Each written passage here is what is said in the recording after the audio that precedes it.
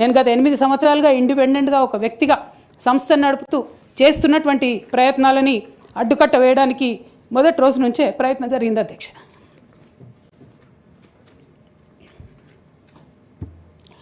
కానీ ఎక్కడ కూడా నేను తెలంగాణ బిడ్డలని తెలంగాణ ప్రజల్ని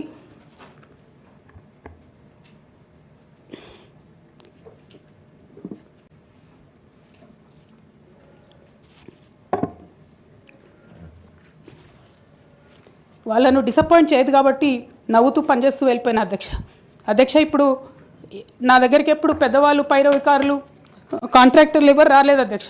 నేను ఎప్పుడు కూడా పేద ప్రజల మధ్యలోనే ఉండి పనిచేస్తున్నాను అధ్యక్ష.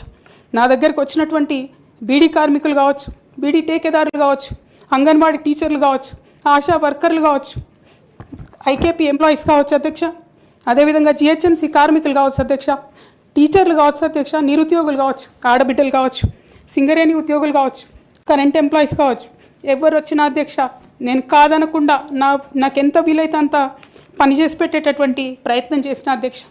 అయినా సరే అధ్యక్ష పార్టీ మౌత్ పీసులుగా ఉండేటటువంటి పార్టీ పేపర్లు, పార్టీ ఛానళ్ళు ఏ ఒక్కరు కూడా ఎన్నడూ కూడా మద్దతు ఇవ్వలేదు అధ్యక్ష. అయినా సరే ధైర్యం వదులుకోకుండా మొక్కువని ప్రయత్నంగా నేను ప్రయత్నం చేస్తూనే వెళ్ళాను అధ్యక్ష. తెలంగాణ రాకముందు బీఆర్ఎస్ ప్రభుత్వం ఏర్పడకముందు ఒక మాట అనుకున్నాం అధ్యక్ష. కేసీఆర్ గారే పదే ఈ మాట చెప్పారు.